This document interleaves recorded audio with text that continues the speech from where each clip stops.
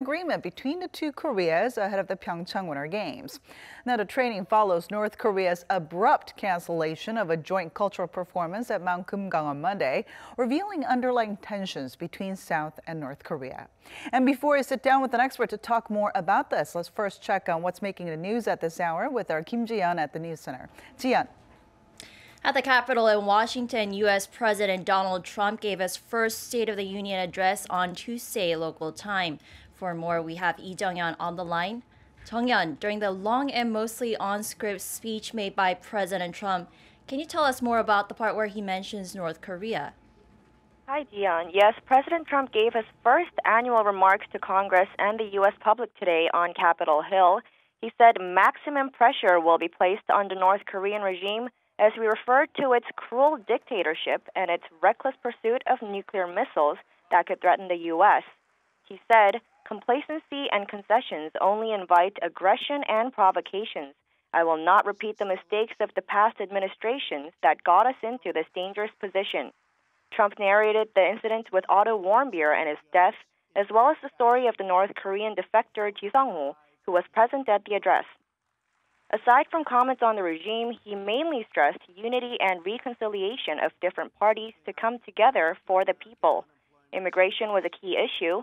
He said he would push for policies that focus on the best interests of American workers and American families by crafting a bipartisan approach to immigration reform. He mentioned the 4 Pillars plan. This includes a pathway to provide citizenship to 1.8 million unregistered immigrants in the U.S., securing the border with Mexico, and ending the visa lottery as well as chain migration.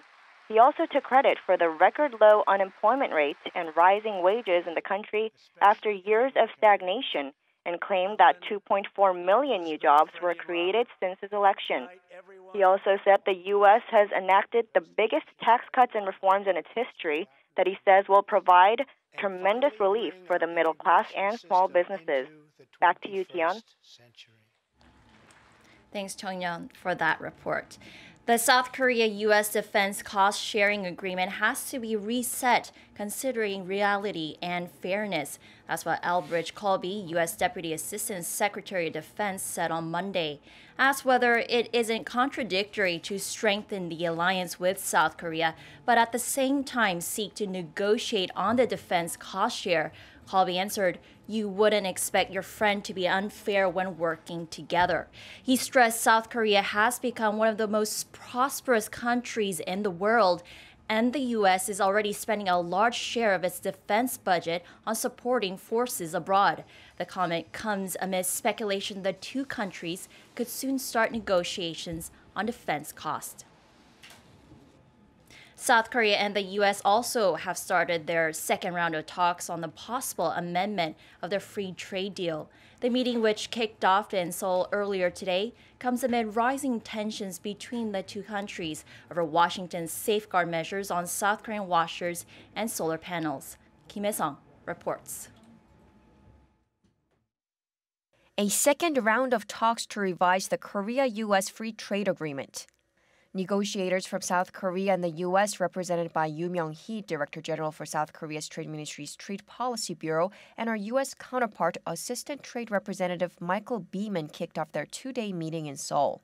Before entering the talks, Yoo said she'll focus on maximizing Korea's national interest, and the two sides will discuss details on topics raised during the first round of talks in Washington.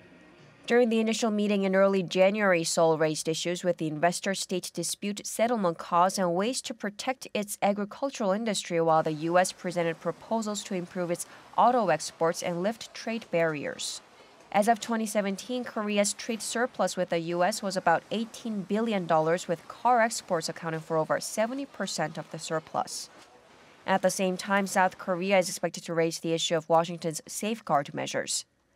A week ago, the Trump administration imposed tariffs on foreign residential washing machines and solar cells, including those from South Korea, saying they hurt U.S. local industry.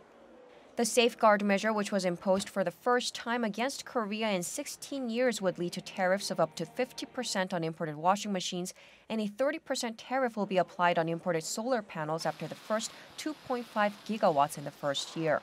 Calling the move excessive, South Korea has filed a complaint with the World Trade Organization. Kim Hye-sung, Arirang News. Korean tech giant Samsung Electronics posted its fourth quarter earnings today. It said profits were up 64% compared to the previous year, mainly due to its semiconductor unit. The company's shares jumped in early trading after it announced a stock split. Cha Sang-mi reports. Korea's Samsung Electronics said it recorded an operating profit of about $14 billion for the quarter ending in December, up 64% from the year before. The company's fourth quarter revenue was around $61.5 billion, up 23% on year. Looking at the full year, the company recorded sales of $223.4 billion last year, with an operating profit of over $50 billion, nearly doubling that seen the year before. All of this over strong demand for memory chips and sales of high-end display panels that go into Apple's iPhone X. The world's biggest chip maker said it expects the demand for chips to remain strong in the new year and announced a 50-to-1 stock split. Upon the announcement, the company's shares jumped more than 6% during the morning trade, with shares hovering around $2,460 2 hours into trading. In a written statement, Samsung said its board believes a stock split would make investing in the company more accessible and provide dividends to a wider range of investors from 2018. The company managed to increase the value of its shares by 41% last year, despite the leadership vacuum due to its heir apparent Lee Jae-yong's imprisonment related to the corruption scandal surrounding former President Park Geun-hye. Cha Sang-mi, Arirang News.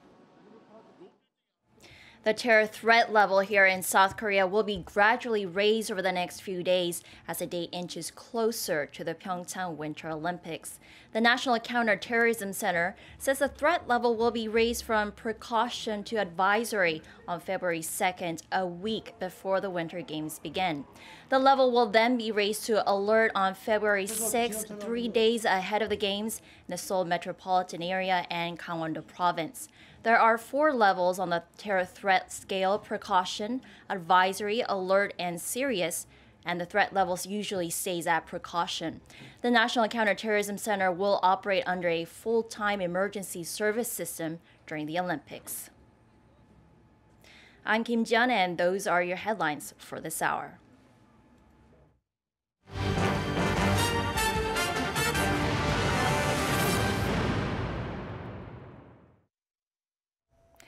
South Korean skiers and ski coaches are now in North Korea for a 2-day joint training session with North Korean skiers. The two Koreas had agreed on the joint ski training as part of a series of events ahead of the 2018 Pyeongchang Winter Olympics. And before we sit down with an expert to talk about this, our Ji Myung-gil tells us more about the joint ski training program. Some 31 skiers from South Korea are at North Korea's Masikryong Ski Resort on Wednesday. The group of non-Olympic skiers and ski coaches took a charter flight to the North Galma Airport, some 45 minutes away from the resort. On the first day, the skiers will do free skiing, getting used to the slopes of the Masikryong Ski Resort and having friendly races with the North Korean skiers. On the second day, the South and North skiers will hold joint training sessions. North Korean skiers who will be taking part in Pyeongchang 2018 will also be participating in the training session. Once the joint training session ends on Thursday, South Korean skiers plan to fly back to South Korea with the North Korean athletes accompanying them. Prior to the joint event, South Korea has been in close consultation with the United States. The Seoul government has stated that the inter-Korean sports and cultural activities won't break the international community's sanctions on the North. Last September, the Trump administration announced a set of sanctions that included banning vessels and aircraft that have visited North Korea within 180 days from entering the U.S. Ji Myung-gil, Arirang News. And tell us more about the joint training as well as reasons behind what might have led North Korea to scrap the joint performance at Mount Kumgang. We're now joined by Professor Kim Hyun-wook from the Korea National Diplomatic Academy. Welcome to the program. Thank you. All right, so despite numerous concerns after North Korea called off the joint cultural performance at Mount Kumgang, the joint training session at Masikryong Ski Resort started today as planned. Yes, I think it was, finally decided that we would just hold this scheduled, joint training, ski training at the Masikryong Ski Resort. I think there have been some, unilateral, messages delivered from the North Korea. I don't know why they canceled the, Kumgang Mountain cultural performance, but I think there will be lot of guesses and, projectors about why they canceled it. Maybe that's because they have some hard time preparing the performance. They were kind of expecting some kinds of provision of diesel oil to North Korea from South Korea, which has not been achieved because of the international sanctions on North Korea and so on and so forth. But finally, they have agreed upon the Masikryong Ski Resort joint training, and also that would also be some part of the violations of international sanctions, but they managed to hold that training. So I think that's something that would still continue the momentum of North-South Korea dialogue and cooperation. As you just mentioned about the sanctions, now I think what's notable is that our athletes and coaches took a charter flight to North Korea's airport. Now, how did this happen? I mean, wouldn't the use of an airplane to transport South Koreans to North Korea violate U.S. sanctions against the North? Yes, according to, it's not the UN Security Council resolution, it's the United States unilateral sanctions. Which stipulates that the airplane that is coming out of the North Korea or visits North Korea come out, they are not allowed to come to the United States for 180 days. So if any planes that goes to the Masikryong Ski Resort, South Korean airplane, that is not allowed to visit the United States. So I think there have been some discussions and coordinations between two countries, US and South Korea, about these sanction measures. And I think the United States and South Korea have agreed that this time it would be exceptions of the United States unilateral sanctions. So they finally, got an agreement for this, ski exercises in Masikryong Ski Resort. Now, going back to North Korea calling off the joint cultural performance at Mount Kumgang. Now, the regime kind of appeared to be displeased with the South Korean news reports over North Korea holding its military parade to celebrate the 70th anniversary of its foundation of its military on the eve of the Pyeongchang Winter Olympics. Tell us more about this. I think the parade in Pyongyang, I think that's completely domestic event. I mean, we already witnessed many parades in Beijing in which President Park Geun-hye visited before. So I think the major purpose of all these kinds of parades is to mobilize the people inside North Korea, to make them much more consolidated under the Kim Jong-un regime. So I think when there comes some criticisms from the South Korean media about these parades, I think North Korea can accept these kinds of criticisms against the Kim Jong-un regime. So I think that is some kinds of criticism that is somewhat acceptable. But I think North Korea intends to use these kinds of excuses to tame South Korea. I mean, North Korea has a lot of purposes for the current moves to reach the rapprochement with South Korea. Right. And in the process of it, I think North Korea wants to tame South Korea so that it can get what it wants to get from South Korea. And now, what could be some of the other reasons then behind North Korea's abrupt cancellation of the joint cultural event at Mount Kumgang? I don't know. There are no clear regions pronounced by North Korea, but maybe we can guess that some difficulties in the North Korean side to prepare for the performance. I heard that it takes for about 5 hours to come to the performance center from Pyongyang city. The road condition is not very good. So it's very tedious work to do to get there and get prepared. And also, I think performance center has not been used very often, so there might be some a lot of measures to be made there to get prepared for the performance center. But I think one more important reason would be that North Korea has requested the provision of diesel oil, by South Korea for the operations of the performance center, which is definitely the violation of UN Security Council sanctions.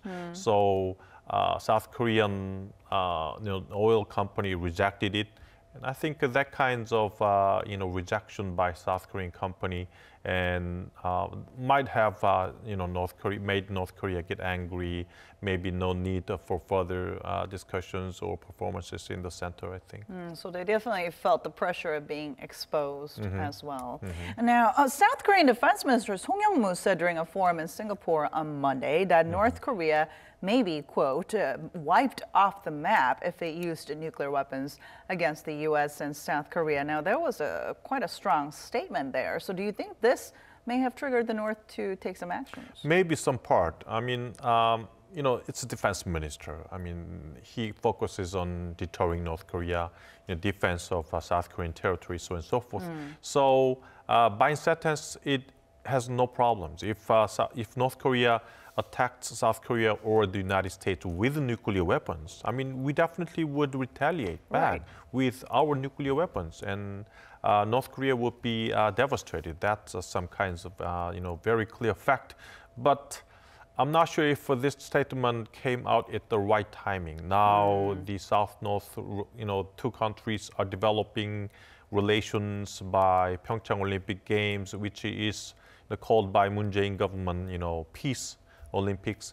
And at this moment, the defense minister, his statement is some kinds of very hardline statement. So maybe North Korea might have, considered this statement as some kinds of devastating statement. It did react quite sensitively to any statements coming from South Korea in regards to its nuclear weapons and development program. Now, what could be the reason then for North Korea to cancel the joint cultural performance at Kumgang while pushing ahead with the joint training at Masikryong? Those two places are different. Kumgang Mountain Culture Center has been built by Hyundai Asan Company, and now it has been transferred to the Korea Tourism Organization. So, in principle, the owner of the culture center is Korea. But in contrast, the Masikryong Ski Resort has been built by Kim Jong-un regime, one of the big achievements of Kim Jong-un regime. So North Korea might wanted to use this ski resort by North-South ski athletes together, which I think is a very good opportunity for propaganda for domestic people. Hey, Kim Jong-un, the great leader, have built this great ski resort. Now South Korean athletes came here for using these ski resorts. This is amazing.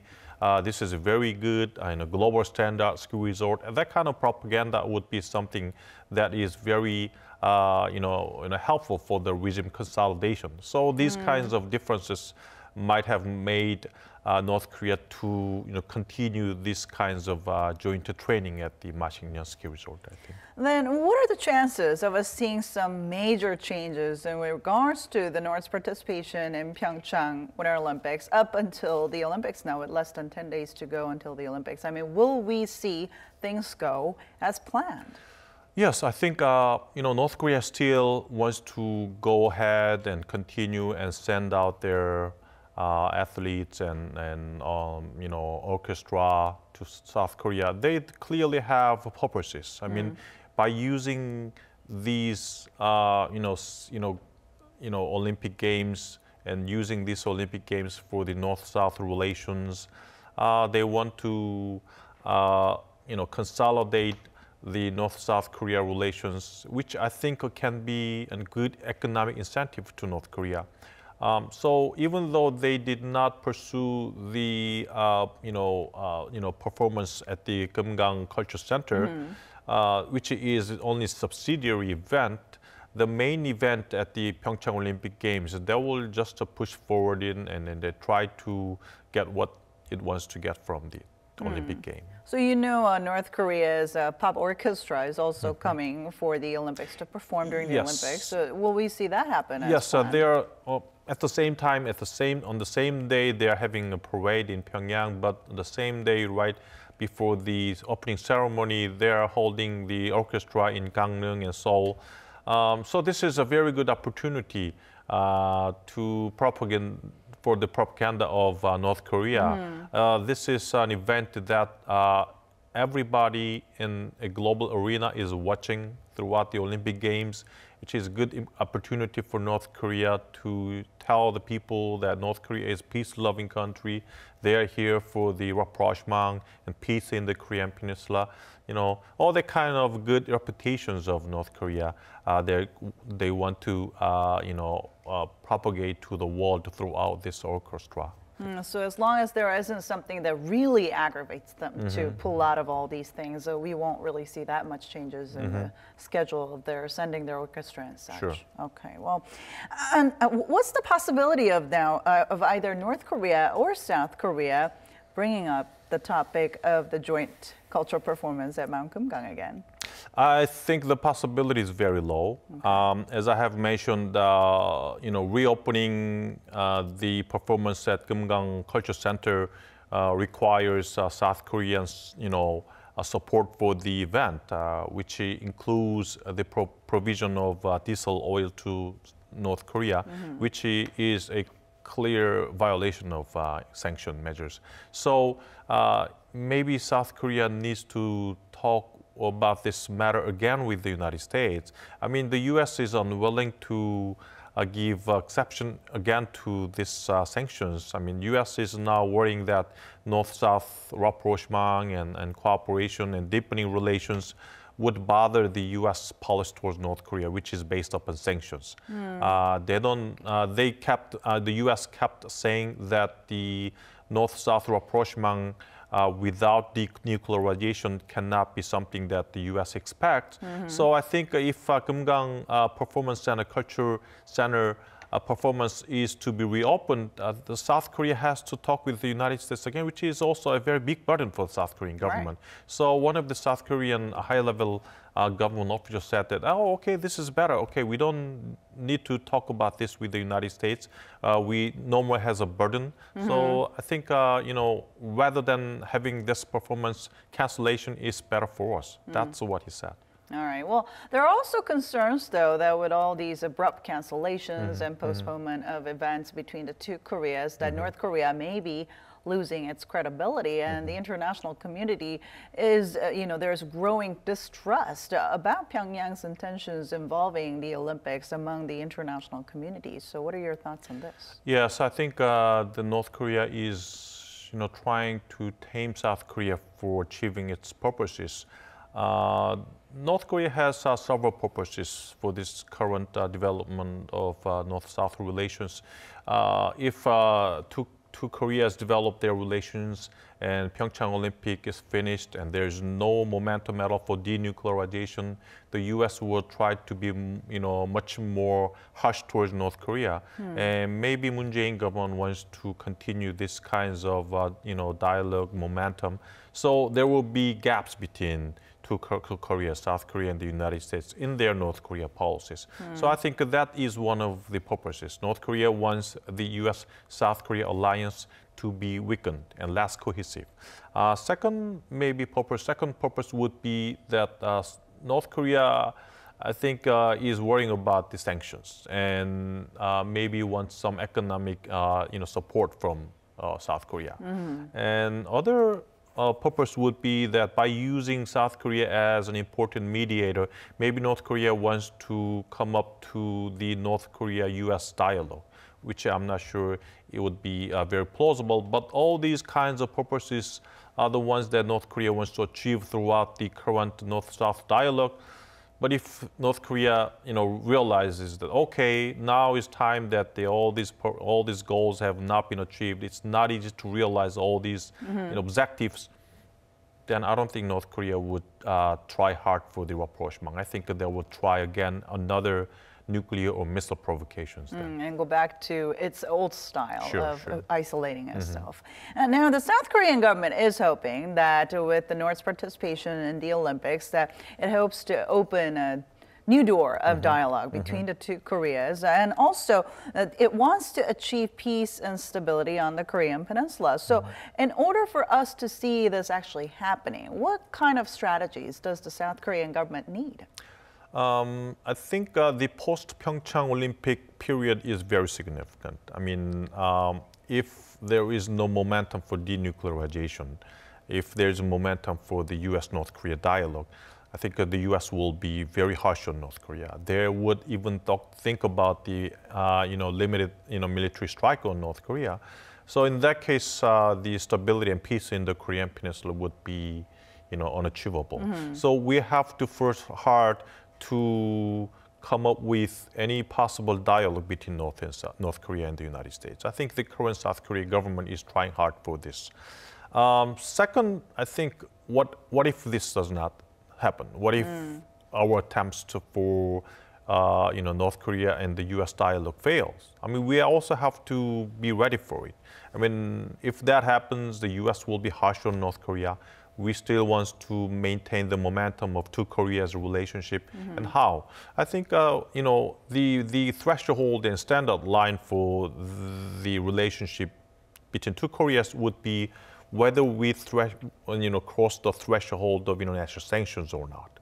As far as we don't, cross the sanctions, I mean, it will be okay if we continue our relationship with North Korea. So we have to think about scenario B, in which our attempts and efforts for denuclearization fails. And third one, I think we have to think about is crisis management. Post Pyeongchang Olympic Games, U.S. hardline policy towards North Korea, and possible North Korean provocations. This will be another tensions, another crisis. And we also have to think about how we can maintain peace in the Korean Peninsula at that situation. So I guess a lot of eyes will be on what happens after the Pyeongchang Olympics. Thank you so much for your insight today. Thank you very much. And that brings us to the end of our show, but make sure to tune in to Arirang News for more domestic and global news updates throughout the day. Thank you for watching and see you soon.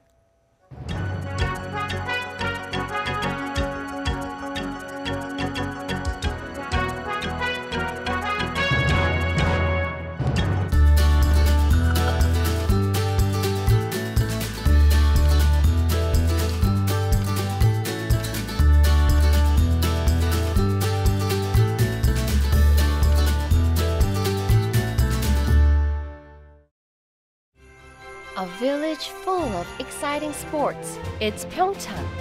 Shall we take a look inside the ice kingdom of sports?